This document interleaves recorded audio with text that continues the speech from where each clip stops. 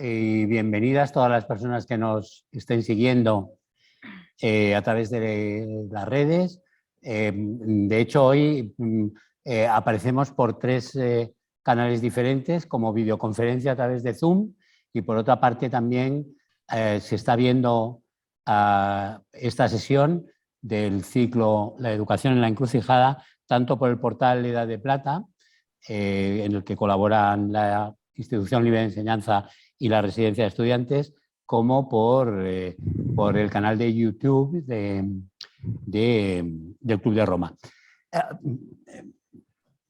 Bienvenidas, decía a todas las personas que asisten a esta primera sesión del último de los bloques o de los tramos de nuestro ciclo, la educación en la encrucijada.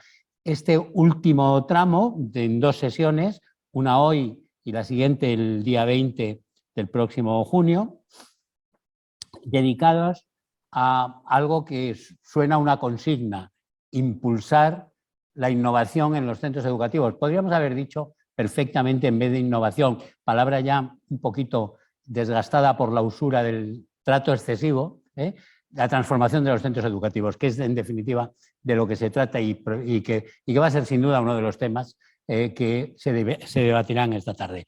¿De qué debemos hablar? Y esa transformación de los centros educativos la hemos querido dividir en dos enfoques. Un primer enfoque más general, que será el que tratemos hoy, de qué es lo que hace falta para que los centros educativos se transformen en el sentido en que se favorezca el cambio educativo hacia una educación más adaptada a nuestra sociedad y que propicie más un mejor desempeño de la sociedad, en definitiva. Y la segunda sesión la dedicaremos a ver ejemplos, a hacer un poquito de banquillo de algunos de los proyectos más significativos de transformación de centros que hay. Contamos hoy para esta primera sesión de este bloque con un plantel estupendo.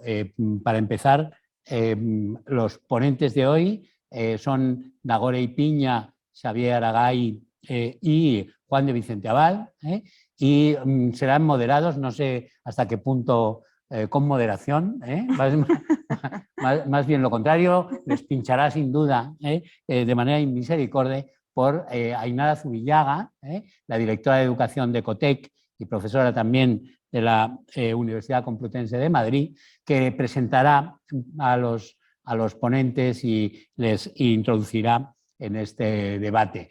Pues nada más, saludar a todos y a todas en nombre de la Institución Libre de Enseñanza y también del capítulo español del Club de Roma, que somos las dos instituciones que colaboramos en este proyecto. Y adelante, sin duda va a ser un debate intenso y bien provechoso para todos los que vamos a estar escuchando. Así que adelante, por favor, Ainara.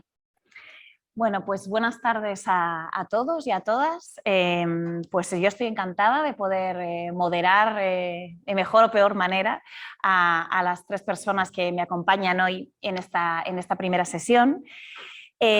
Como ha dicho Carlos, el tema que nos ocupa hoy es los procesos de transformación, de innovación de los centros educativos y concretamente una reflexión o un análisis sobre aquellos factores que inciden en estos procesos de transformación, ¿no? Yo creo que en mis casi 20 años de experiencia profesional me atrevo a decir que nunca he vivido un surgimiento de la innovación de una manera tan clarísima, tan extendida, tantos centros apostando de distinta manera, en distintos grados de intensidad, pero con una idea clara de que algo tienen que cambiar, ¿no?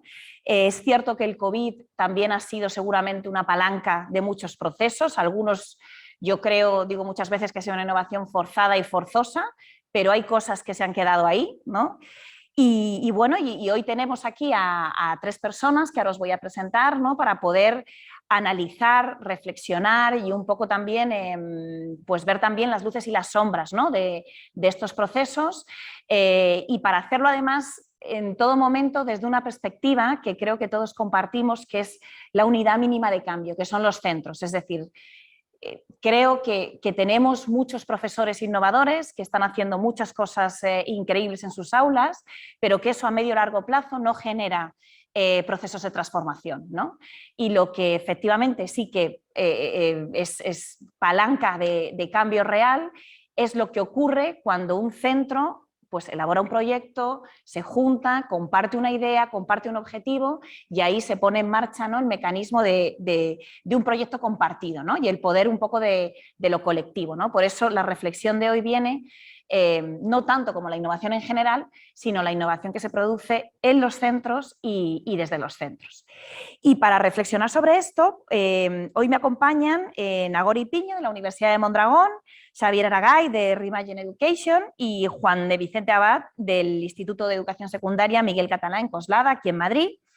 Y yo, bueno, pues quería empezar con ellos haciendo una pequeña reflexión un poco de algo a lo que ya se ha referido antes Carlos, que es este uso de la palabra innovación, ¿no?, que está tan manido y a veces pues devalúa, ¿no?, si queremos el término. Hablamos de innovar, hablamos de transformar, hablamos de cambios, hablamos de mejoras. Es un concepto, ¿no?, tiene un marco conceptual un poco polisémico y a la vez que, bueno, pues a veces no todos entendemos lo mismo, ¿no? Y quería preguntaros, bueno, pues ¿qué diferencias veis, si veis alguna, entre esto de innovar o transformar? ¿Qué implicaciones tiene esto para los centros? Y también, vosotros desde vuestra experiencia, ¿cuál pensáis que es el clic inicial? O sea, ¿cuál es la motivación inicial por la cual un centro decide en un momento determinado apostar por un cambio? Vamos a empezar con Xavier, que le tengo aquí en pantalla justo delante. Muy bien, pues en fin, muchísimas gracias primero por el debate y después por lanzar, Ainara, esta pregunta. Vamos a ver, de entrada, innovar y transformar desde mi punto de vista no es lo mismo, pero de entrada bienvenido sea el movimiento que tú estabas identificando. O sea, hoy hay debate, hoy hay vida, hoy hay muchas escuelas que se están planteando innovaciones, hay muchas escuelas que están pensando ya en otra fase, porque yo lo veo así, que serían las transformaciones. Bienvenido sea esto. Desde mi punto de vista, normalmente innovar es una acción, digamos, más orientada a establecer pequeñas mejoras en un proceso, podríamos hablar del proceso de enseñar y aprender, que ya existe, que nos viene dado, que está bastante estructurado. Transformar, yo al menos lo vinculo más a una voluntad de ir más allá de cómo está el proceso de enseñar y aprender organizado normalmente. Hay una voluntad de no solamente hacer innovaciones, que muchas veces representan incorporar tecnologías o incorporar nuevas metodologías, pero con proyectos que a veces van muy a corto plazo, que se basan más en el hacer. Y en cambio yo identifico más el transformar con una voluntad de ir más allá del proceso de enseñar y aprender que normalmente conocemos, y son proyectos que van más a medio y largo plazo y que están no tan centrados en el hacer y más centrados en el ser. Porque ahí está, a mí me parece, la gran diferencia, ¿no? Tú planteabas, bueno, ¿y por qué transformar? ¿Cuándo hay personas que hacen el clic? Bueno, para mí este es el elemento clave. Uno puede hacer el clic porque ve que lo que está haciendo, es decir, el proceso de enseñar y aprender que arrastramos, que viene de la historia, no funciona. Porque puede ver que tanto alumnos como docentes no están, digamos, bien ubicados aquí. Pero también puede darse cuenta que el perfil de salida, el perfil de egreso del alumno que vamos a sacar después de estar en nuestra escuela no sé cuántos años, tampoco no está bien orientado, no está bien trabajado. O uno puede ver que el mundo que va a vivir este alumno ya no es el mundo que muchas veces estamos explicando en las aulas. Sea como fuere, hay un momento que el equipo directivo, el claustro, puede venir de muchos sitios, decide que hay que ir más allá incluso, y ahí vuelvo y termino ya, más allá de las pequeñas innovaciones, que incluso a veces estas innovaciones vienen por modas y que a partir de ahí hay que hacer un proyecto que vaya más allá. Me ha gustado mucho esto que has dicho de la mínima unidad, que para mí el centro, lógicamente, es donde debe de surgir esto, pero tiene que ser el centro en colaboración con otros centros, en colaboración con universidades, en redes de centros.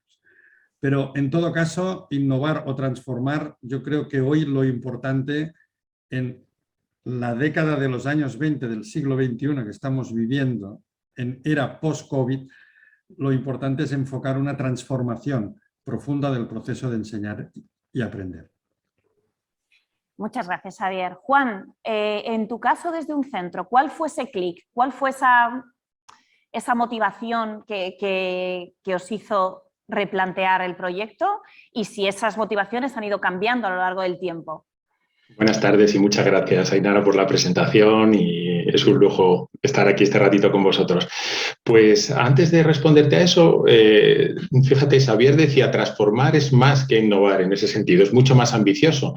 Yo no me siento especialmente cómodo con el concepto de innovar y no es algo que en nuestro centro utilicemos tampoco en el día a día, ¿no? El concepto de innovar. Me parece agotador innovar.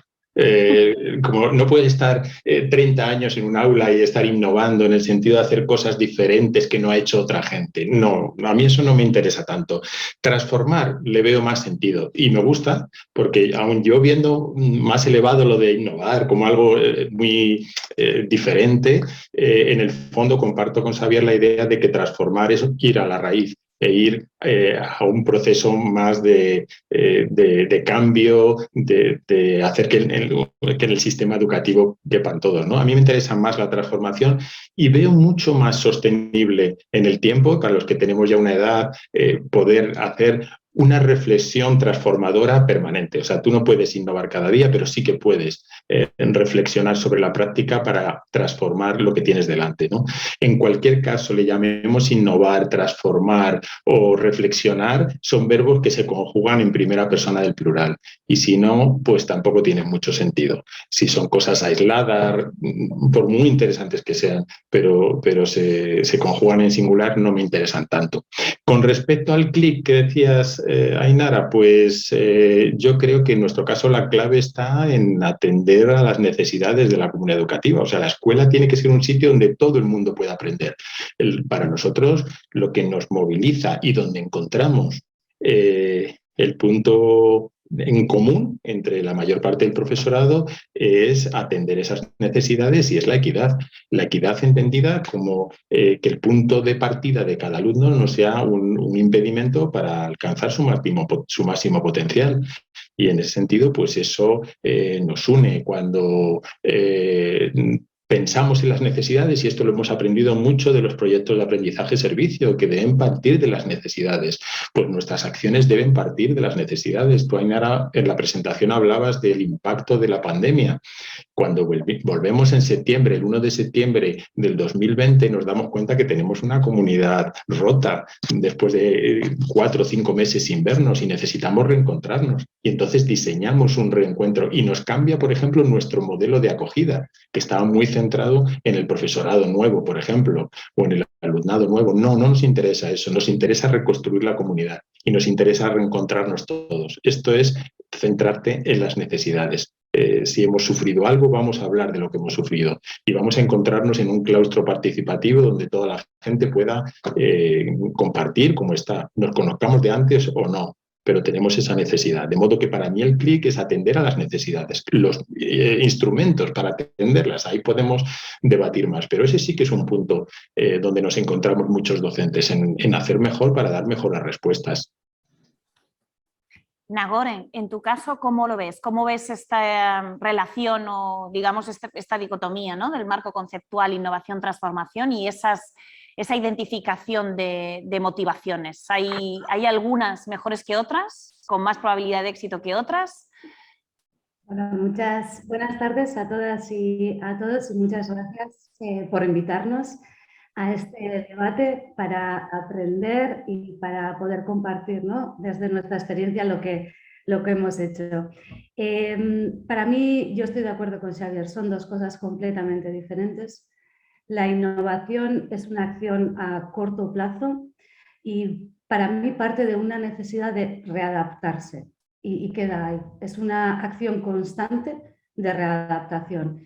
En el caso de transformar, hablamos de, o yo por lo menos lo considero como de buscar nuevas miradas, de buscar la manera de cuidar la educación de otras maneras, porque si hablamos de transformar, no solo hablamos de transformar acciones o de transformar contextos, sino hablamos de transformar personas. Y en términos educativos, creo que en este momento en el que estamos ahora, la transformación personal, y Xavier mencionaba el ser, ¿no? La importancia del ser en esa transformación, nos coloca en el mundo, nos pone dialogando con el mundo, con el contexto, como decía Juan, ¿verdad? Con el contexto, con la comunidad. Y es desde ahí, ¿no? Desde donde podemos empezar por lo menos a transformar. Para mí transformar es la manera de comenzar, ¿no? y de seguir los procesos. Y para eso estoy de acuerdo de que hace falta un proyecto compartido.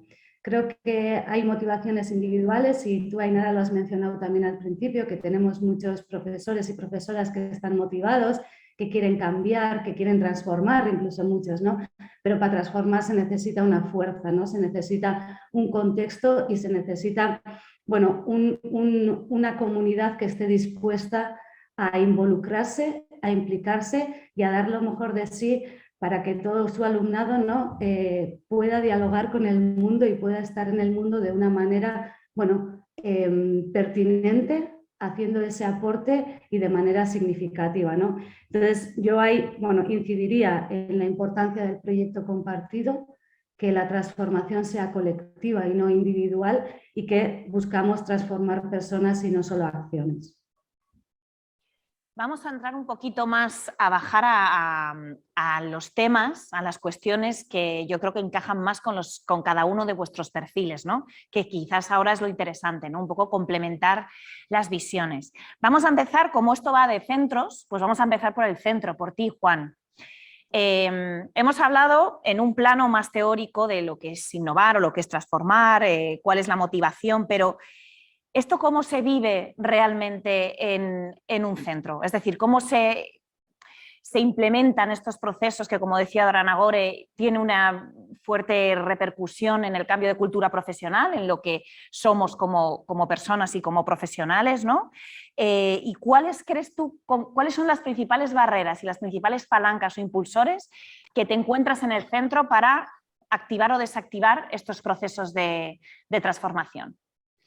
Sí, yo creo que en los centros vivimos el trabajo, la transformación también como una oportunidad. Cuando tú vas a un centro y te encuentras que tiene planteadas una cultura de centro o llegas a un sitio donde hay un planteamiento, yo creo que eso orienta y eso facilita la incorporación del profesorado. Creo que lo peor que puede ocurrir es cuando vas a un centro y no existen guías o cada uno va hacia un lado, ¿no? De modo que la posibilidad de tener una línea de centro y tener unas reflexiones compartidas y tener una serie de acciones que forman parte de la cultura del centro facilita mucho la participación y facilita mucho esa transformación. Cuando llegas a un centro y la primera mañana en la que llegas eres acogido, y te quedas con un buen sabor de boca porque se ha escuchado tus opiniones, tus ideas, porque te hemos conocido, porque nos hemos conocido, pues yo creo que es una buena manera y es un facilitador de la incorporación de todo el mundo al centro. Ese proceso lo necesitamos para los docentes que se incorporan, porque tienen que ser acogidos, también para el alumnado, porque nos interesa replicar ese modelo de acogida participativa para que bueno, todo el mundo se pueda sentir escuchado, y nos interesa con las familias. Yo creo que las familias no están acostumbradas a formar parte o a ser escuchadas. En este mes de junio, ahora que vamos a empezar el final de curso, en el mes de junio tenemos, por ejemplo, una experiencia que para mí es un poco relevante, ¿no? Es acogemos, anticipamos la acogida y acogemos a a las familias del alumnado con necesidades especiales de primaria. Y les invitamos a los papás, las mamás, a los niños, a los PTs que han estado acompañándoles y hacemos un encuentro, un círculo, que hablamos nosotros mucho de círculos y es pues, un espacio de diálogo.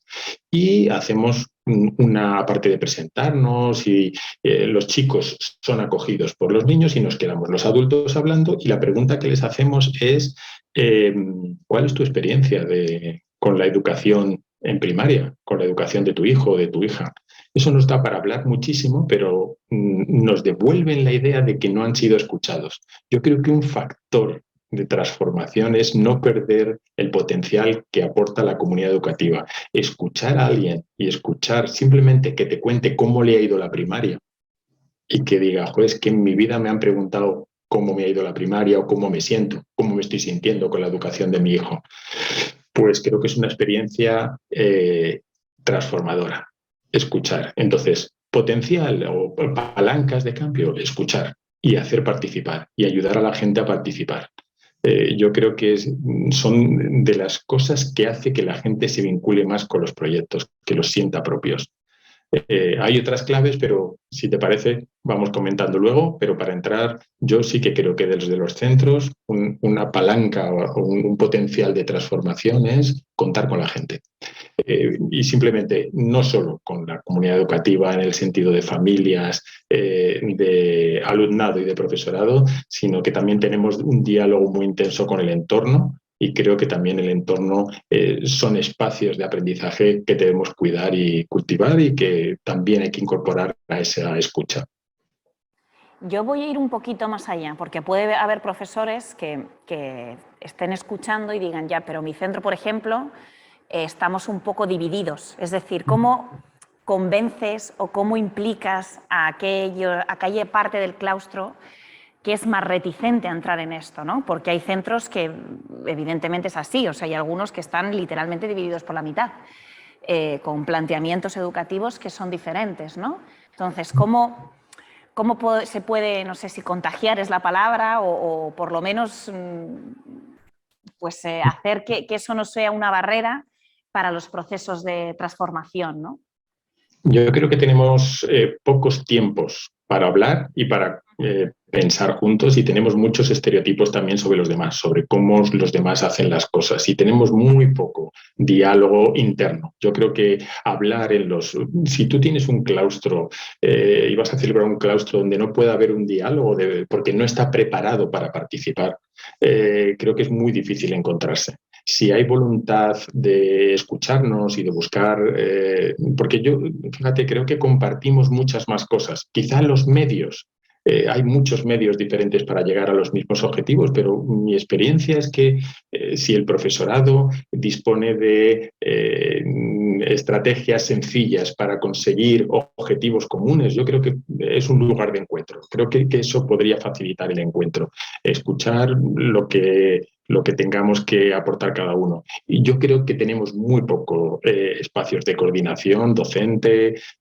Muchas veces pues tienes la CCP, la Comisión de Coordinación Pedagógica, entre los jefes de departamento, pero hay muy poco diálogo. Y el diálogo que tenemos es el diálogo informal en los cafés, que te juntas con los que piensan igual que tú. De modo que el penetrar la vida del centro con diálogos más y generando participación, sentándonos a hablar con una participación equitativa donde cada persona de las que está allí, cada docente puede plantear su punto de vista. Yo creo que eso nos ayuda a construir, porque tampoco me gustaría que pensarais que los centros, que tenemos una cultura de centros, todos pensamos igual. Eso no es real y eso no es así. Y nos interesa mucho la crítica, la reflexión y ese espacio para compartir igualmente. No hay centros divididos y centros no divididos. Todos tenemos la diversidad y la diversidad nos interesa. Muchas gracias. Nagore, tú estás en una universidad. ¿Qué rol juega en estos procesos de transformación la parte de la investigación, ¿no? La innovación, la I+D está muy ligada, ¿no? a todos los procesos de investigación. ¿Cómo articulamos esa relación que parece que no termina nunca de encajar entre las escuelas y la universidad, que es un tema de debate recurrente, que sale constantemente, no solamente desde los procesos de investigación de las universidades, sino también, por ejemplo, ahora con el modelo profesional docente, con la formación inicial y el acceso a la función docente de los nuevos profesores. Vuelve a ser un tema, de nuevo, que está en el debate público. ¿Qué experiencia tenéis vosotros desde la Universidad de Mondragón o cómo percibes tú esta relación entre la práctica de los centros y un poco el conocimiento más científico o académico que tenéis en la universidad? Bien, una pregunta muy interesante y yo creo que la respuesta es compleja, ¿no? Juana ha comentado el entorno, la comunidad. Nosotros como universidad y especialmente, ¿no?, nosotras como facultad somos parte de ese entorno. Tenemos que formar parte de esas relaciones, ¿no?, con las escuelas. No somos nada sin los colegios y no podemos investigar sin ellos. Creo que tenemos que empezar a cambiar la visión que podemos tener de la investigación. Obviamente tenemos que investigar con y para las escuelas. Creo que tenemos que empezar, o ya estamos empezando, pero a implicarnos mucho más en estos tipos de procesos. No ser agentes externos, sino ser parte de los procesos. Desde la universidad yo creo que podemos hacer podemos tener dos roles en lo que se refiere a la investigación, ¿no? Para mí es importante empoderar al profesorado de las escuelas para que investiguen. Investigar no es nada abstracto, investigar puede ser muchas cosas y puede ser también investigar para mejorar tu práctica, para mejorar la transformación que estás haciendo en el centro. Obviamente, como universidad podemos ayudar a empoderar, ¿no?, a esas personas en los procesos de investigación y luego, obviamente, podemos participar haciendo otros tipos de investigación que puedan ser también para el centro, para que las utilice el centro, para que mida los impactos que tiene, porque con los recursos que pueden tener puede ser que los centros no pueden hacer todas esas investigaciones que quieren, ¿no? Entonces la universidad también puede jugar ese rol de agente en la ayuda de desarrollo de investigaciones, que en estos momentos los centros no pueden hacer, ¿no? O incluso crear esas redes y esas comparativas, ¿no?, para ayudarnos a mejorar a todos, ¿no? Creo que la investigación y los datos que se sacan tienen que ser utilizados de manera constructiva. Cuando se sacan datos de colegios, ¿no?, de las investigaciones que se realizan, creo que tenemos que aprender todos de esos resultados y de las implicaciones pedagógicas que este tipo de investigaciones tienen. Creo que lo importante de la investigación que se hace en educación, de la que hacemos con los colegios, es las implicaciones que sacamos para nuestras transformaciones, para nuestra aula, para nuestro día a día y para nuestro futuro, ¿no? En esa visión de transformación creo que la investigación puede dar pistas, pero que tenemos que articular mejor esos contextos, que son contextos de confianza entre universidad y escuela. Creo que, igual que mencionaba Juan, ¿no?, que muchas veces en las escuelas o incluso en las facultades no le dedicamos tiempo a dialogar, tampoco tenemos esos diálogos cruzados entre escuelas y universidades. Nosotros somos una universidad muy pequeña, muy práctica y que tenemos mucha relación con los centros. Y desde ahí hemos aprendido muchísimo, muchísimo, seguramente mucho más que de la teoría, o hemos aprendido a poner en diálogo la teoría y la práctica, ¿no? Y eso nos ha ayudado a crecer. En ese sentido, a crecer como profesionales, pero no solo nosotras, sino también las escuelas. Creo que en este sentido también la comunicación entre universidad o las investigaciones que hace la universidad y los centros es importante. Es importante trasladar y comunicar y compartir esas reflexiones para poder ir creciendo. Las mejores investigaciones que yo, y ahora ya hablo a nivel personal, ¿no?, que he llevado a cabo son las que he hecho con y para la escuela, las que hemos ido diseñando con los agentes, ¿no?, con los sujetos activos que estaban en esos espacios. Y no solo hablo de profesorado, sino también hablo de alumnado, de familias, de contexto. Esas investigaciones te dan una visión mucho más profunda, te dan una visión mucho más real. No es una persona externa que entra al aula, coge unos datos como si fuera un laboratorio y sale.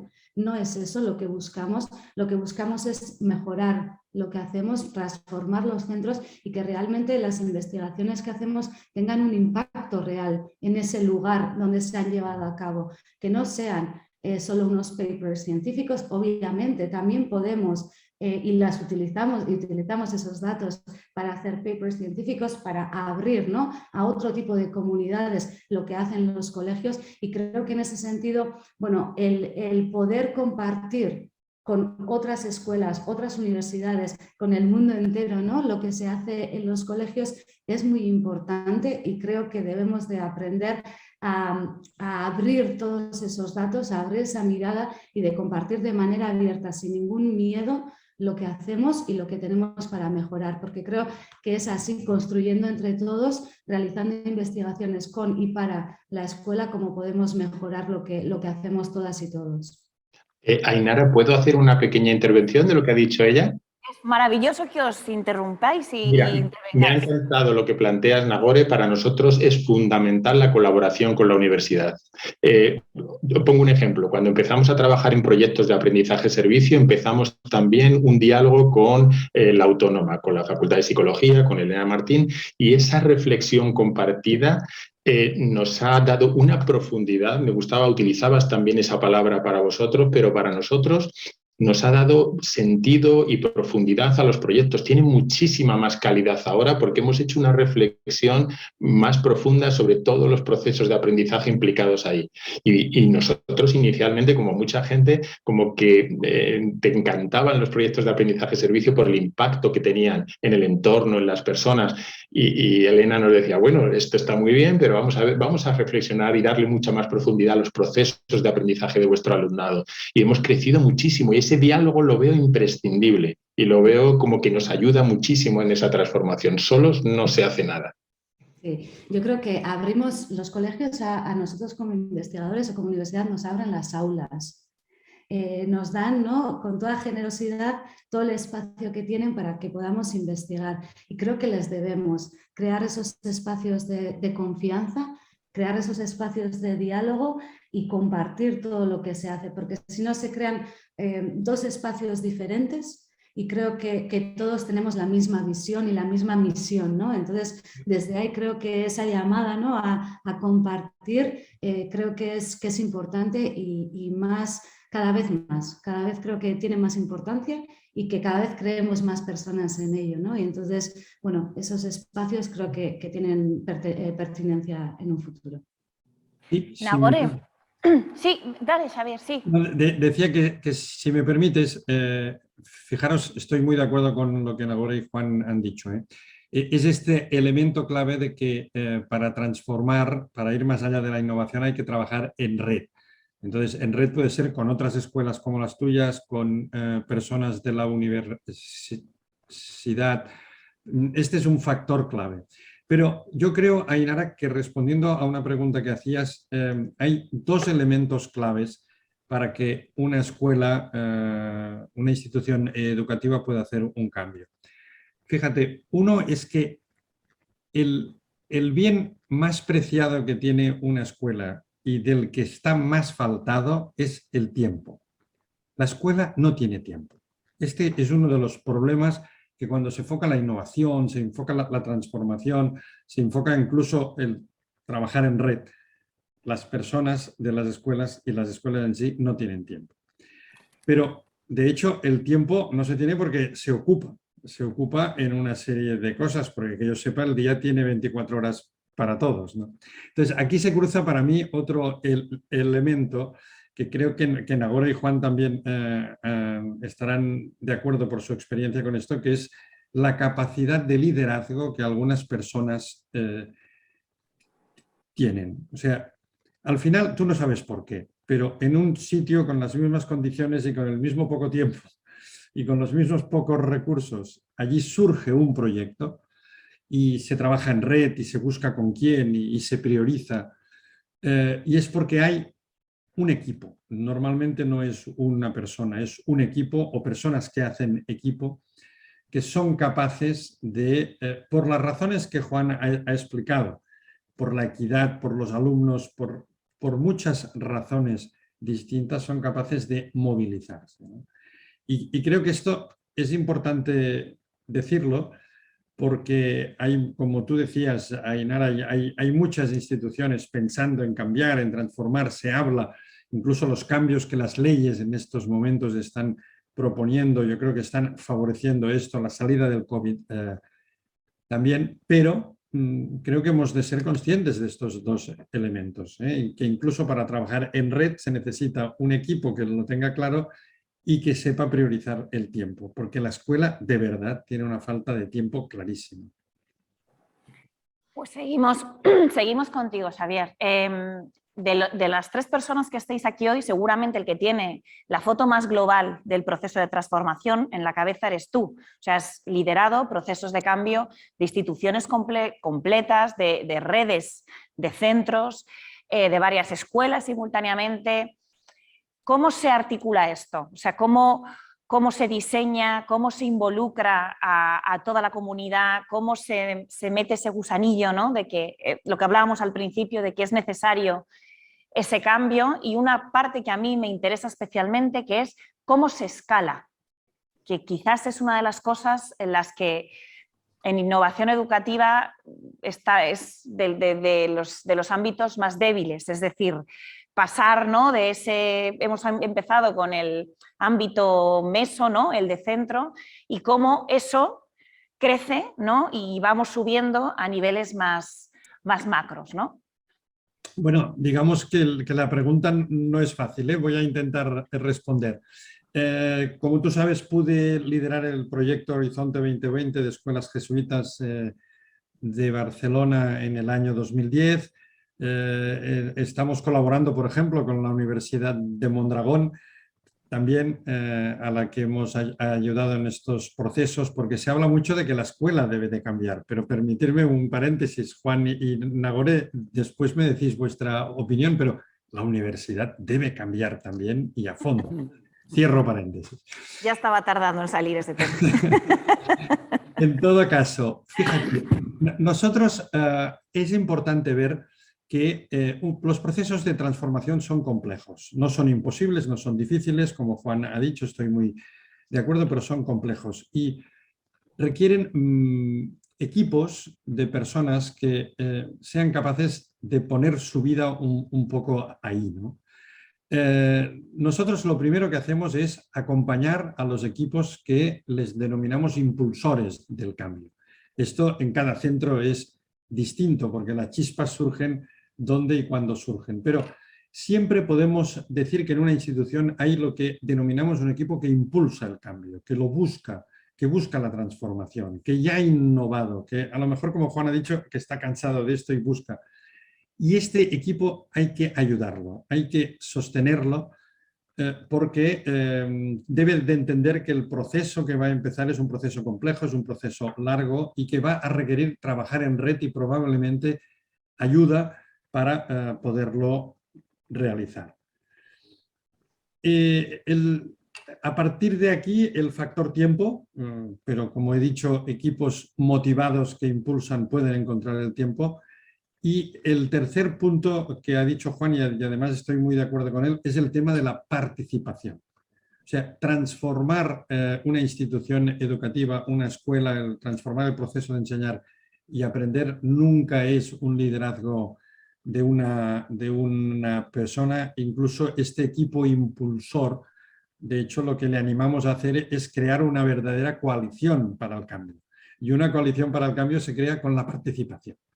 Es decir, deben de participar los docentes, por supuesto, con tiempos de calidad. Me ha gustado mucho lo que Juan ha dicho. En el diálogo crece todo. El problema es que a veces no hay tiempo, y por tanto hay que buscar tiempos de calidad para poderlo hacer. Los alumnos deben participar, las familias deben participar y el entorno. Y a partir de aquí, en procesos participativos en el que podamos hablar de qué sueños tenemos, cuál es la educación que nos gustaría poder disponer y poder hacer, puedes generar procesos de participación y cambio que van avanzando, y a partir de trabajar pues, el perfil de egreso, a partir de trabajar pues, las metodologías existentes, pues van buscando los caminos de cambio. También es cierto, no hay un camino igual a otro. Es decir, cada institución es distinta, cada contexto es distinto. En nuestro caso, estamos trabajando como equipo que ayuda a las instituciones en más de 15 países, con muchas instituciones, como tú has dicho, escuelas, redes de escuelas, universidades, y vemos que cada camino es distinto, porque cada institución es distinta y cada entorno lo es. Pero equipo impulsor, priorizar el tiempo, trabajar en red y la participación de la comunidad educativa son elementos fundamentales para que un proceso de cambio tenga éxito. ¿Hay algo? Sí. Ya, me he sentido aludida por lo del cambio en la universidad.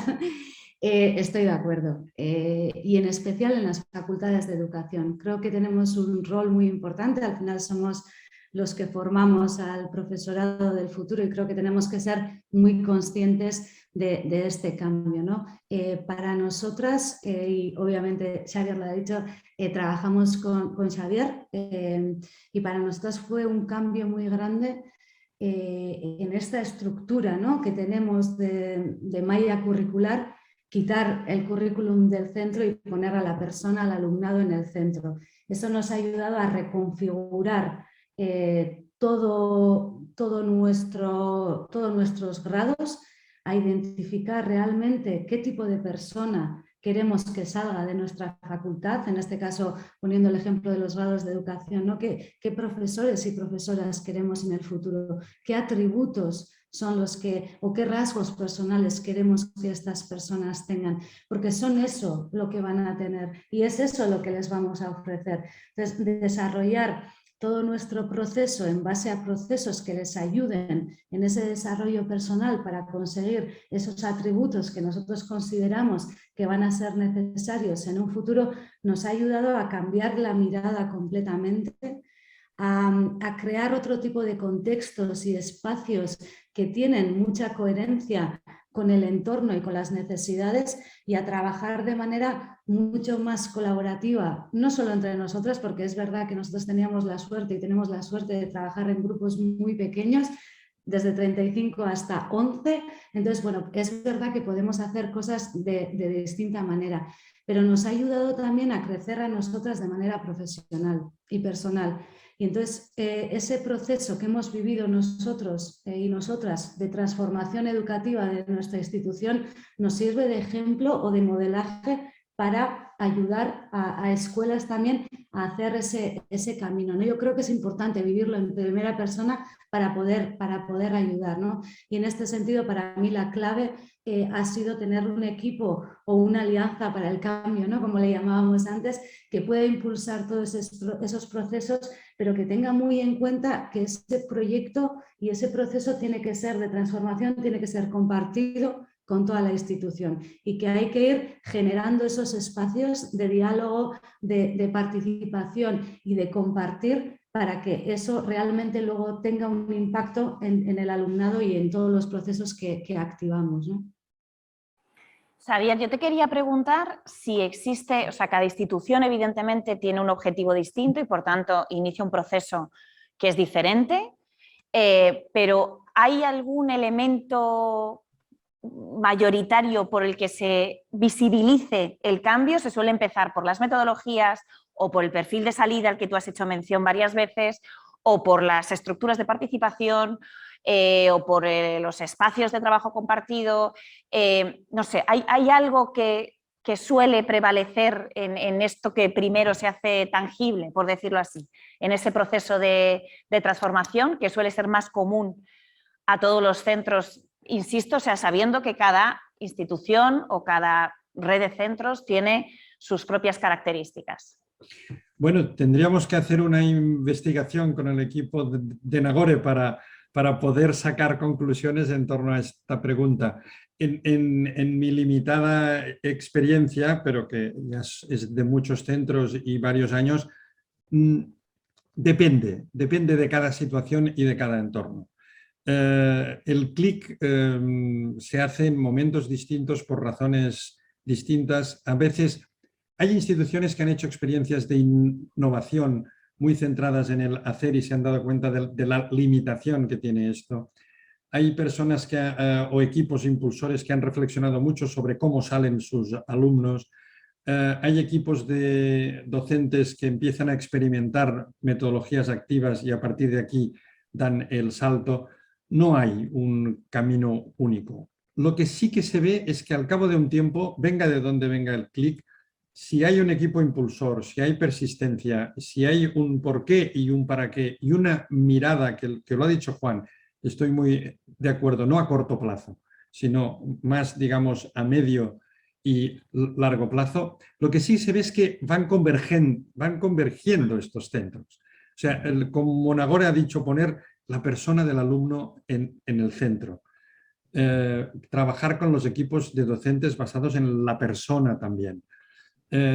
Escuchar a los alumnos. O sea, al final tú te das cuenta que se puede empezar por donde sea, pero si el proceso de transformación va en serio, hay unas características que coinciden, como por ejemplo, que la tecnología es un medio, no puede ser en ningún momento un fin, y que es muy importante tener claro el proyecto educativo y qué tipo de persona queremos educar para que entonces la tecnología, las metodologías, etcétera, etcétera, sean un medio para conseguir este fin. Pues vamos a ir cerrando para dar paso también a las preguntas de la gente.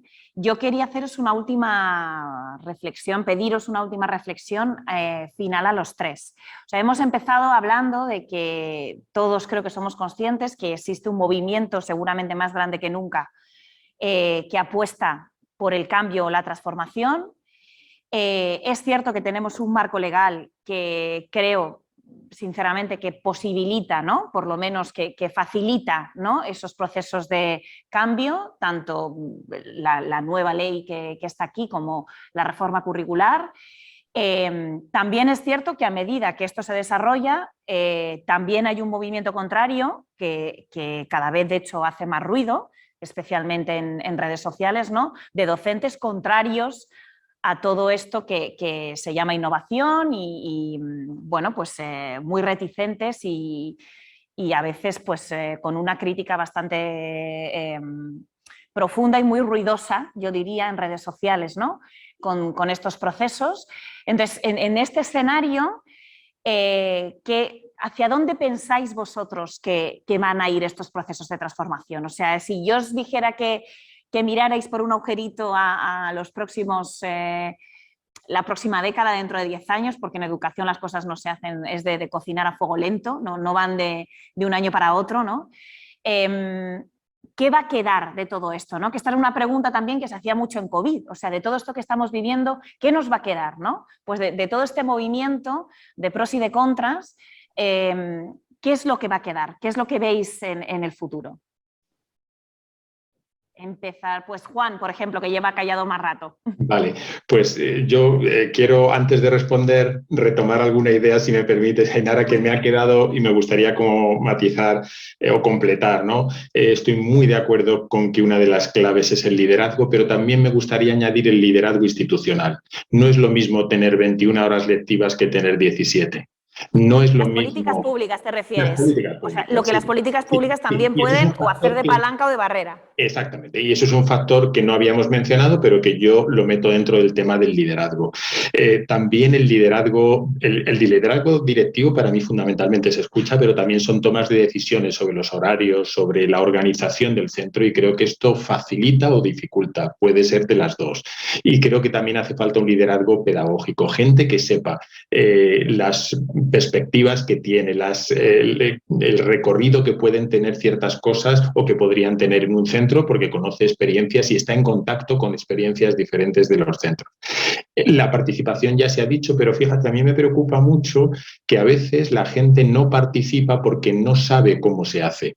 De modo que tenemos que acompañar. O sea, cuando decimos estos profesores no intervienen o no saben hacerlo de otra manera, o sea, no lo hacen de otra manera muchas veces porque no sabes cómo hacerlo de otra manera, y tenemos que acompañar a la participación, al profesorado, al alumnado y tal. Y hay un tercer elemento que me interesa mucho, que es la sostenibilidad de la transformación. ¿Qué es algo sostenible? Pues algo sostenible es algo que está metido en el horario. No vale que demos mucha importancia a la participación del alumnado en convivencia y nos reunamos cuando acaba la jornada, porque entonces el mensaje es lo importante, lo tienes en la jornada y después tienes otra cosa que no es tan importante. Si era importante, colócalo ahí, porque entonces sí que será sostenible, porque estará en el plan de trabajo, en esa mochila que queremos que se lleven cuando acaben en ese perfil de salida, ¿no? Algo es sostenible cuando depende de mucha gente, cuando mucha gente puede trabajar en eso y no solo pocas personas. Os pongo un ejemplo a raíz de lo que decía Xavier del tiempo.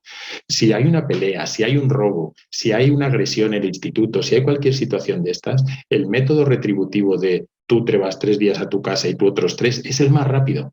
Tiempo cero, el que tarda un jefe de estudios en tomar una decisión. Que te vas porque has hecho esto y esto va contra las normas. Tener un planteamiento mucho más reflexivo, de reflexión moral, de reparación del daño, mucho más restaurativo, lleva tiempo. Tiene un potencial educativo 1000 veces más interesante que la sanción o el castigo, pero para que sea sostenible debe haber gente en el centro que pueda acompañar esos procesos de reflexión. Y eso no es porque te guste que sea así, tú tienes que conocer ese tipo de cosas. Nosotros hemos transformado mucho el centro desde la convivencia más restaurativa, ¿no? Nos ha ayudado ese modelo mucho, pero eso necesita ser sostenido por mucha gente. Y no digo adultos. Hay muchos alumnos que saben gestionar, hay muchos alumnos que gestionan la participación. Perdóname, Ainara, era porque había algunas cositas que se me habían quedado. ¿Hacia dónde? Yo creo que tenemos oportunidades. En general soy bastante optimista con las posibilidades que tenemos y yo creo que hay muchas necesidades en los centros y esto es un buen punto de partida.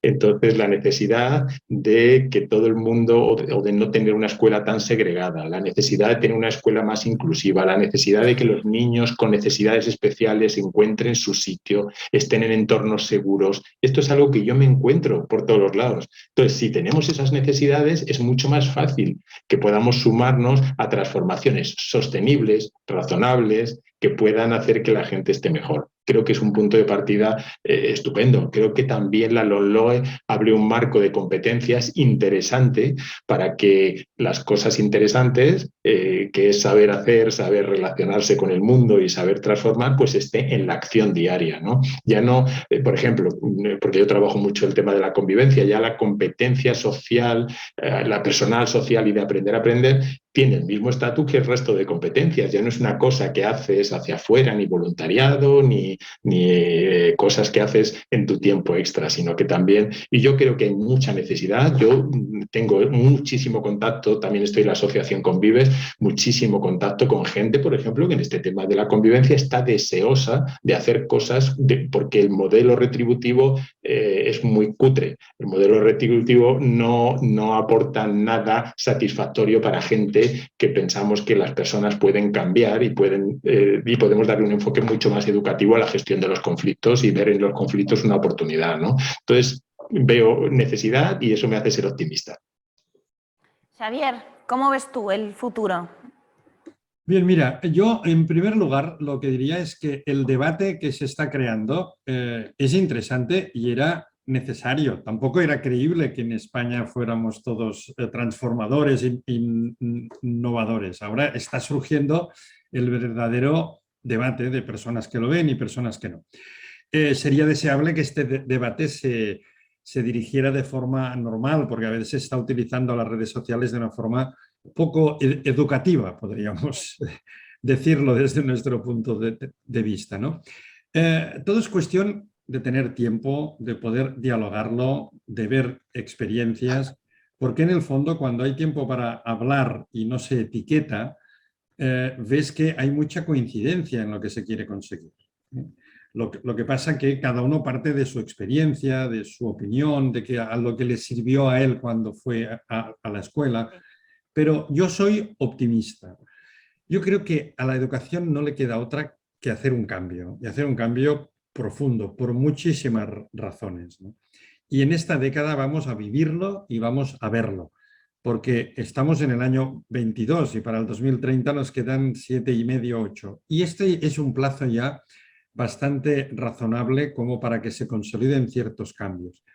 Por supuesto, esto no será al 100%, es decir, va a haber instituciones que van a pensar que lo tradicional es lo mejor del mundo. Yo lo respeto mucho, creo que se equivocan, pero yo creo que una mayoría de escuelas y de instituciones educativas y de universidades, espero, van a tomar esta senda de la transformación y el cambio, a diverso ritmo, cada uno con su estilo, respetándose, que esto es lo más importante, y huyendo de etiquetas ideológicas o de, digamos, debates histriónicos. Nagore, ¿cómo ves tú ese futuro?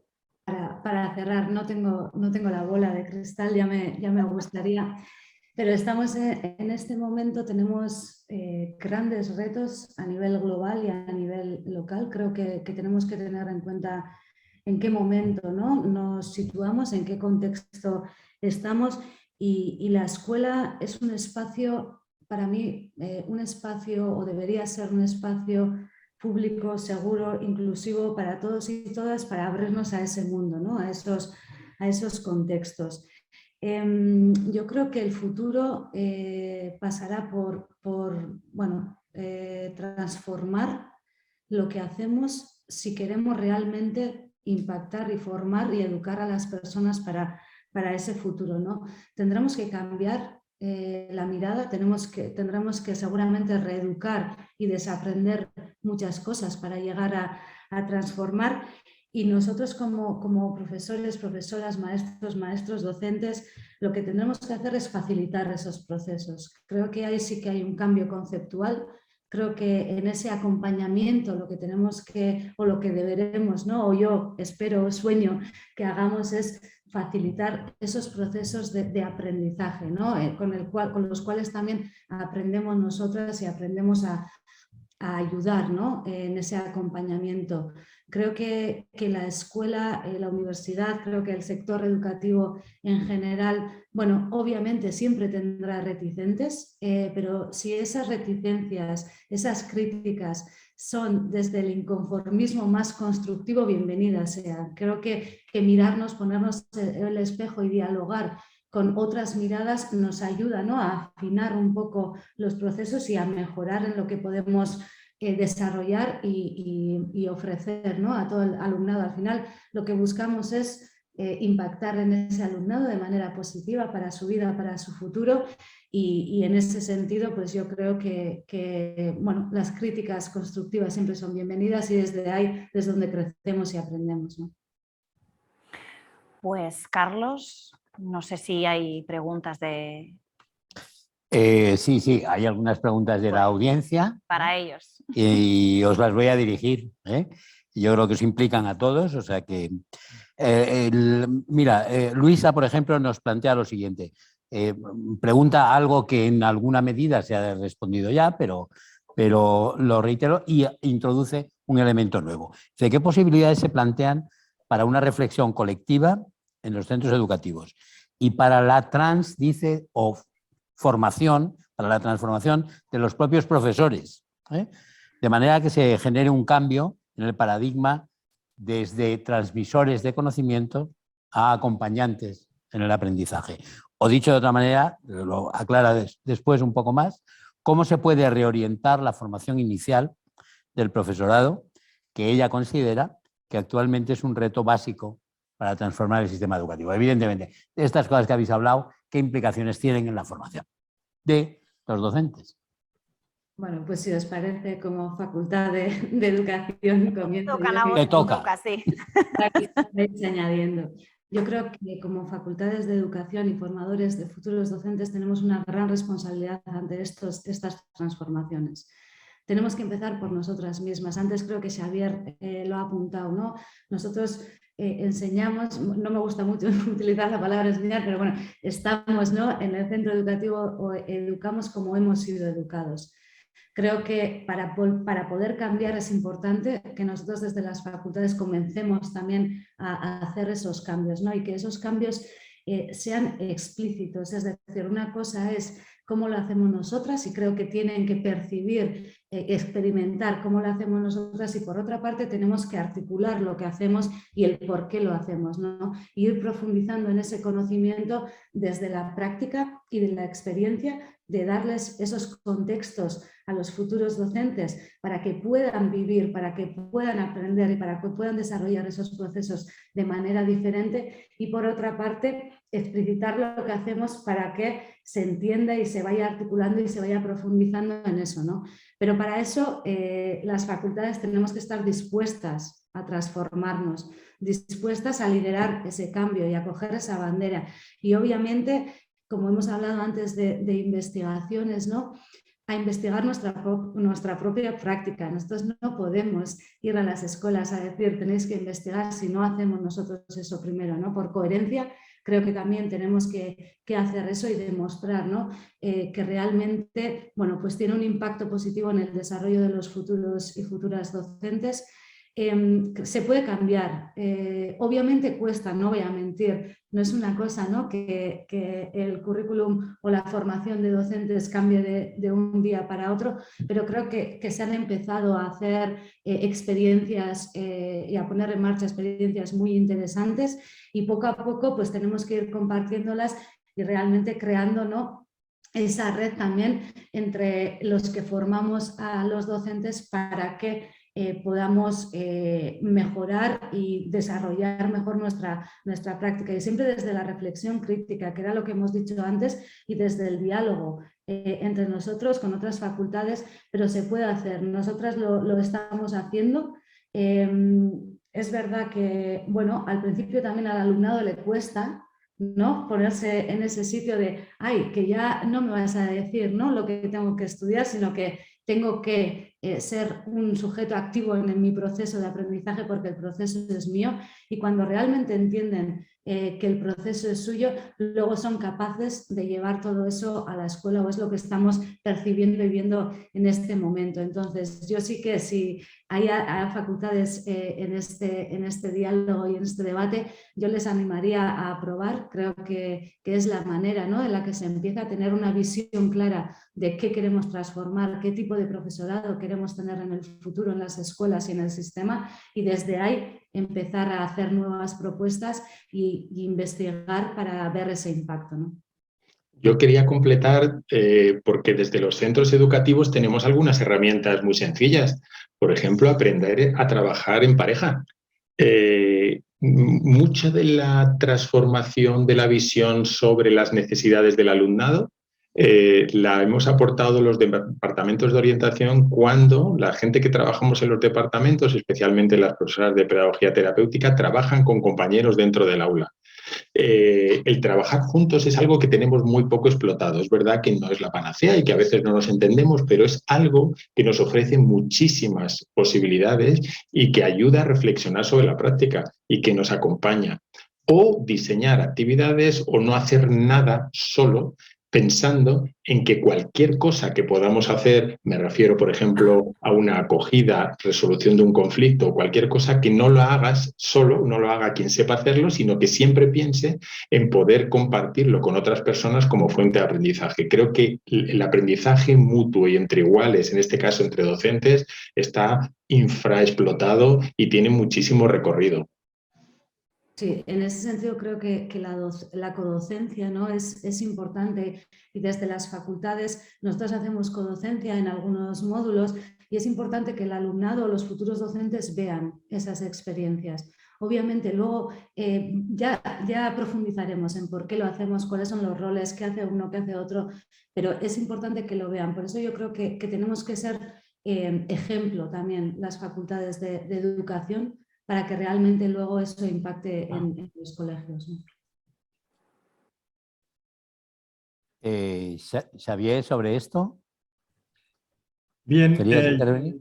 yo estoy totalmente de acuerdo con lo que Nagore ha dicho. A mí me preocupa que precisamente no son las facultades de educación en general en España, Nagore, si estás de acuerdo, las que están liderando el cambio y es una lástima porque yo creo que tendría que ser Creo que la Facultad de Educación de la Universidad de Mondragón es un ejemplo espléndido, pero a mí me gustaría que hubiera más, porque estoy de acuerdo con la pregunta. La formación inicial del profesorado es básica y ahí tenemos un tema pendiente desde hace años. Y por tanto, creo que este es un elemento importante, pero también estoy de acuerdo con Juan que hay muchos otros ámbitos y hay muchas experiencias en los que los profesores, colaborando entre ellos, pueden cambiar la mirada, reflexionar y ver hacia dónde van estos cambios. Y una pregunta específica para ti, Xavier, desde este punto de vista. En los procesos de cambio que impulsáis, ¿tomáis en consideración una formación continua de las personas que participan en ella? Sí, por supuesto. Digamos que la formación es muy importante, pero permíteme, Carlos, que ahora salga en defensa de poner en crisis esta formación de la que hablamos siempre y de la que hablamos hace muchos años. Fijaros, la formación clásica, voy a un curso, me explican la teoría y luego yo me lo he de montar como pueda, ya no sirve. Está sobredimensionada. Esta idea de que formarse por formarse siempre es importante porque algo queda, bueno, tendríamos que ponerlo en crisis. Yo creo que lo importante es hacer proyectos en los que haya formación y acompañamiento y que la formación sea en la acción. Es decir, superar esta dicotomía de la formación teórica y tú luego te lo montas en la práctica. Para eso, colectivos de docentes que tienen un proyecto, proyectos de centro, que reciben una formación, pero sobre todo reciben un acompañamiento. Acompañamiento que puede ser interno, que puede ser externo, que puede ser mixto. Y ahí yo creo que se abre también infinidad de posibilidades de colaboración entre universidades y escuelas y entre unas escuelas y otras, porque trabajar en red también es esto, es acompañarse, aprender unos de otros y formarse. Por tanto, formación sí, pero de nuevo tipo. Tenemos también otra persona que pregunta por el liderazgo emocional y la apreciación psicológica de los alumnos. Incluso lo completa con decir, ¿no sería necesario tener una asesoría en educación sexual integral en los centros de enseñanza? Pero vamos, en cualquier caso, ese tema, el tema de los aspectos emocionales y psicológicos de los alumnos, ¿hasta qué punto tiene importancia en estos procesos? Bueno, yo creo que la parte emocional es clave en el liderazgo, pero no solo en el conocimiento de las emociones o las necesidades del alumnado, sino la gestión de grupos.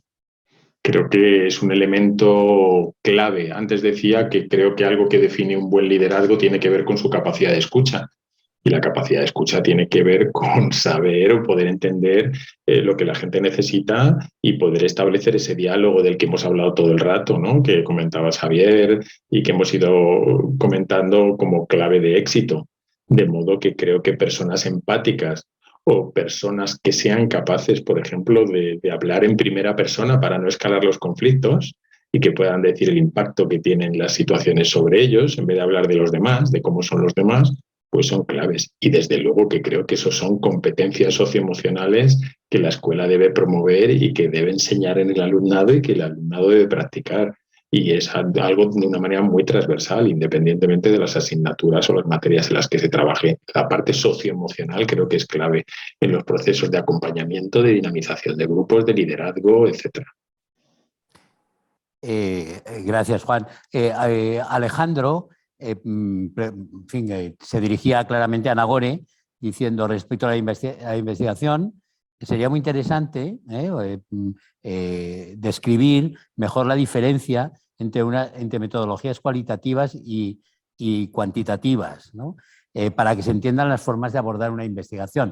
En fin, es algo un poquito técnico para un debate como este, pero si Nagore quieres responder a esto. Sí, lo hago simple. Yo cuando me refería a la investigación con y para la escuela, no me refería a dividir los métodos, ¿no? No me refería a si tenemos que utilizar la investigación cualitativa cuando hacemos unas cosas, es decir, más desde la participación, más desde recoger entrevistas, profundizar en entrevistas o grupos de discusión, por ejemplo, que son muy cualitativos, aunque luego siempre se pueden cuantificar algunas cosas, o más basados en encuestas, ¿no? Otro tipo de técnicas que pueden ser más cuantitativas, ¿no?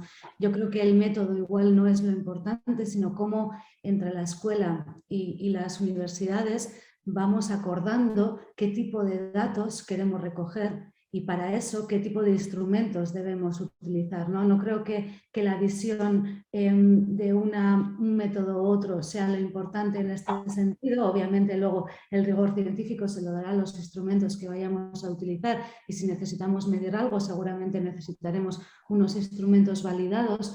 Pero aquí el sentido, para mí, lo que es importante es, bueno, ¿cuál es la pregunta que tenemos? ¿Cuál es la hipótesis que tenemos o a qué queremos responder por medio de estas investigaciones que queremos realizar junto y para la escuela?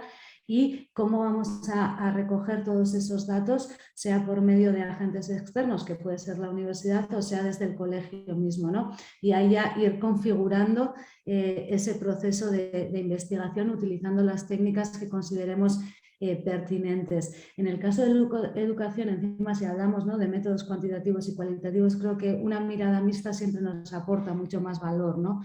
En los casos cuantitativos, obviamente podemos generalizar, nos da más opciones para generalizar, pero lo cualitativo nos ayuda a profundizar en algo, ¿no? Y creo que son muy pertinentes, es muy pertinente la utilización de esos métodos mixtos o combinar, ¿no?, esos métodos cuantitativos con los cualitativos cuando hablamos de educación, porque necesitamos, bueno, una visión general, pero también necesitamos una visión más profunda de estos fenómenos que son muy complejos, como hemos ido mencionando anteriormente. De todas maneras, si quiere más información, que me escriba y yo le contesto tranquilamente de manera más técnica. Sí, pues muchas gracias, Nagore. Victoria, además de agradeceros mucho este debate tan interesante, os habla a los tres, dice que los factores que se han nombrado son todos muy interesantes y necesarios, tanto tiempos, motivaciones, facilitar formación, etcétera. Pero también es importante, dice ella, hablar de los procesos autoevaluadores, que no se han nombrado. ¿Alguien quiere hablar de este tipo de procesos que ella considera muy necesarios también? Bueno, yo supongo que ella cuando habla de los procesos de autoevaluación quiere decir que los equipos directivos, los claustros, equipos de profesores o sistemas de autoevaluación externos, por supuesto que pueden ser útiles y por supuesto que algunas escuelas lo han utilizado. Es una fórmula más. En todo caso, yo insisto en que los caminos del cambio y de la transformación son siempre distintos y las instituciones y las personas llegan a ellos por medios que dependen y el de la autoevaluación podría ser uno, sobre todo cuando es institucional. Mireia, que es la última pregunta que hemos recibido, nos habla dice, hablamos mucho de liderazgo institucional y de equipos directivos, pero ¿qué pensáis del liderazgo intermedio en los procesos de transformación? De alguna manera ya se ha hablado de ello, pero si queréis intervenir de nuevo. Yo digo necesario. Juan, tú seguro que tienes esta experiencia y Nagore también. Sí. Hablando de un liderazgo colectivo, en que tampoco hay que pensar es que la cúspide lo va a resolver todo. Bueno, desde abajo arriba, para el medio y por el lado, ¿no? Sí, quizás yo no utilizo tanto el concepto de liderazgos intermedios, sino liderazgo distribuido. Da igual. La idea es que esto es sostenible si se sostiene en muchos puntos. Sí, yo añadiría igual el matiz de compartido. Creo que el liderazgo tiene que ser compartido para que estos procesos de transformación se den. Si es un liderazgo institucional, no funciona. O sea, tiene que ser una un liderazgo que esté compartido y que sea colaborativo, que pueda crear más allá de sumar, ¿no? Que pueda multiplicar.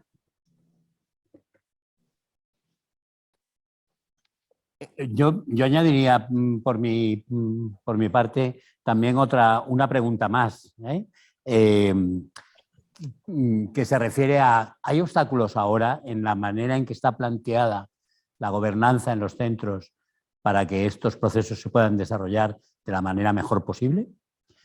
¿Hay algo que superar todavía, digamos, en la estructura de gobernanza de los centros? Estoy refiriendo sobre todo a los centros públicos, pero por su naturaleza, ¿no? Porque, digamos, está más reglamentado la gobernanza. ¿Hasta qué punto este factor puede ser un obstáculo o un acelerador, o un cambio en este factor ser un acelerador de los procesos de transformación en los centros?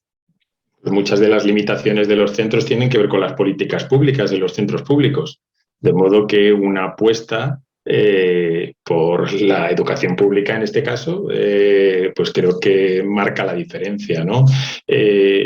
Otra limitación, otra barrera, las concepciones sobre el aprendizaje que tienen también los equipos directivos o el profesorado.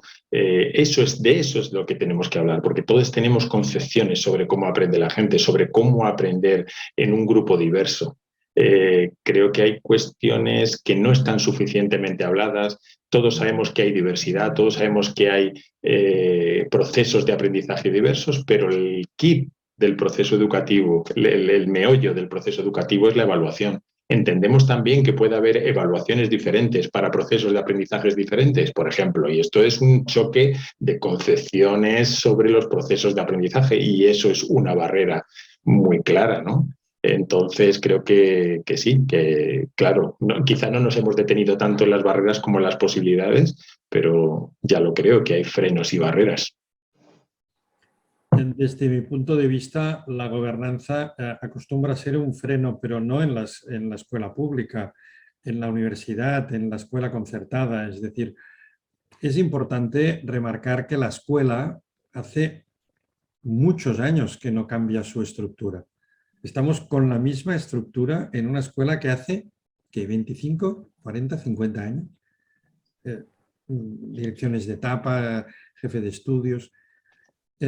Tampoco, yo lo que veo es que los centros que se transforman cambian su estructura, cambian su organización y cambian su gobernanza. Porque al final la estructura, la organización y la cultura interna debe de estar al servicio del proyecto de transformación y cambio. Claro, como decía Juan, las políticas públicas son claves, sobre todo para ciertos elementos que facilitan esto, ¿no? Y a partir de aquí, bueno, parece que ahora va a haber una apuesta por la autonomía de los centros.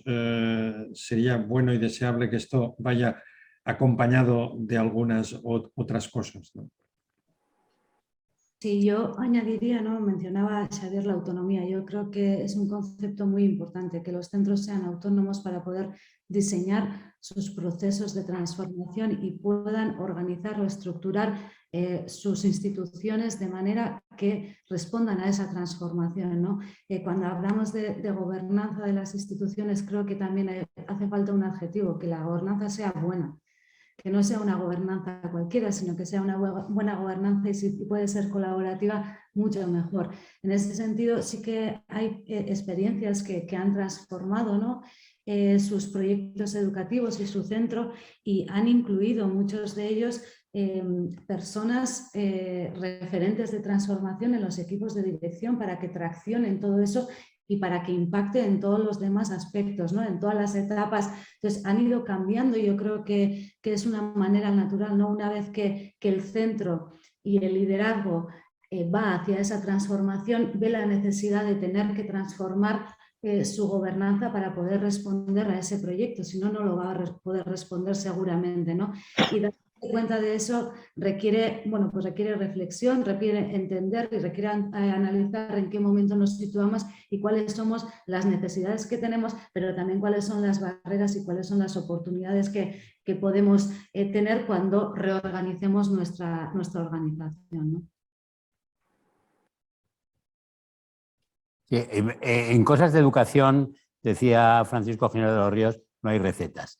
Y en cosas de transformación de centros, del tema que hoy nos ocupa, es que no hay recetas tampoco. O sea, sí, o sea, hay condiciones que hay que cumplir, hay ecosistemas, contextos en los que todo funciona, y habéis pronunciado muchas palabras clave que todas juntas forman ese ecosistema favorable a la transformación de los centros, pero no se pueden efectivamente establecer recetas. Pues no sé si quieres, Ainara, hacer alguna reflexión final. Bueno, yo he ido anotando aquí algunas ideas de cosas que habéis dicho, ¿no? Que puede ser como un buen cierre, ¿no? Que integra, yo creo, varias de las reflexiones que habéis puesto sobre la mesa. Hemos empezado con esta dicotomía entre innovar o transformar. Parece que la apuesta clara es el concepto de transformación. Se ha hablado que la transformación pues, implica ir más allá de los simples procesos de enseñanza y aprendizaje, ¿no? y entrar un poco más en las personas, en lo que son y hacen las personas, y colocar a la persona en el centro, no solo al alumno, sino también evidentemente al profesor. Se ha hablado mucho del trabajo en red, de los espacios de participación, de los tiempos y los espacios institucionalizados para que se produzca esa participación. Son esos tiempos y esos espacios los que posibilitan identificar elementos comunes que posiblemente permitan superar las barreras, que también las hay en todos estos procesos, ¿no? Siempre desde el respeto, ¿no? Que este debate que se está produciendo actualmente también es fruto. Es cierto, lo ha dicho Xavier, no lo había yo reflexionado así nunca, pero sí se lo agradezco, es fruto, yo creo, de que realmente la maquinaria se está moviendo, ¿no? Y seguramente por eso pues, hay un movimiento de reacción en contra, ¿no? que está más presente que nunca, pero porque el movimiento de avance, ¿no? También lo está. Y lo importante es no perder el respeto, las implicaciones que esto tiene en la formación inicial, que ha puesto también sobre la mesa Nagore, y esa forma de entender seguramente el desarrollo profesional docente, que también es un tema que está en el debate público, más en términos de acompañamiento y seguramente también de trabajo en red entre centros, ¿no? Y no solamente de formación magistral, ¿no? O sea, que a veces es verdad que en educación nos gusta mucho decirle a los alumnos lo que tenemos que hacer, pero nos aplicamos poco a nosotros mismos como profesionales lo que intentamos hacer con nuestros alumnos, ¿no? Y yo pues daros las gracias, he aprendido mucho, la verdad, me llevo aquí varias ideas anotadas y daros las gracias por el debate, por haberos interrumpido. Os lo agradezco mucho que os hayáis interrumpido y que habéis entrado el uno a completar lo del otro. Y por mi parte yo creo que nada más. Sí, yo insistir nada más en esa idea, que además se ha presidido un poco esto desde el primer momento, de que lo que hace falta sobre todo es tiempo, dicho de otra manera, un cierto nivel de lentitud aplicada al trabajo en el interior de los centros, y que ese tiempo se dedique de manera muy importante a conversar, porque formar equipos significa básicamente entender la construcción de un pensamiento común a partir de la conversación. No hay otra manera. Bueno, pues yo insisto en lo que decía ahora mismo Ainara, agradeceros a los tres ponentes la participación. Ha sido un debate de nivel y bien interesante. Y yo he aprendido mucho más que Ainara porque sabía muchas menos cosas al principio, y por lo tanto mi aprendizaje, mi curva de aprendizaje tenía más potencial, ¿no? que el suyo. Muchísimas gracias a todos y muchísimas gracias a todas las personas que nos han seguido durante este tiempo. Agradecemos mucho su tiempo y sus intervenciones, sus preguntas, porque han animado de manera muy interesante este debate. Y esperarles para que el día 20, el lunes 20 de junio, a esta misma hora, a las 7 de la tarde, tendremos la última sesión por el momento del ciclo, que retomaremos después del verano, la última sesión, segunda parte del debate de hoy, el debate con personas responsables de procesos de cambio en centros concretos, en algunos centros concretos muy interesantes en los que se están dando procesos de cambio. Por lo tanto, ese día nuevamente moderados por, o más bien pinchados, impulsados por Ainara Zubillaga, tendremos con nosotros a Óscar Martín Centeno, a Rosa Llorente y a Manuel Ecía, que nos hablarán de esos magníficos proyectos de cambio que han liderado en sus respectivos centros. Y nada más, muchísimas gracias a todos, en nombre del capítulo español del Club de Roma y de la Institución Libre de Enseñanza, y hasta el día 20. Muchas gracias.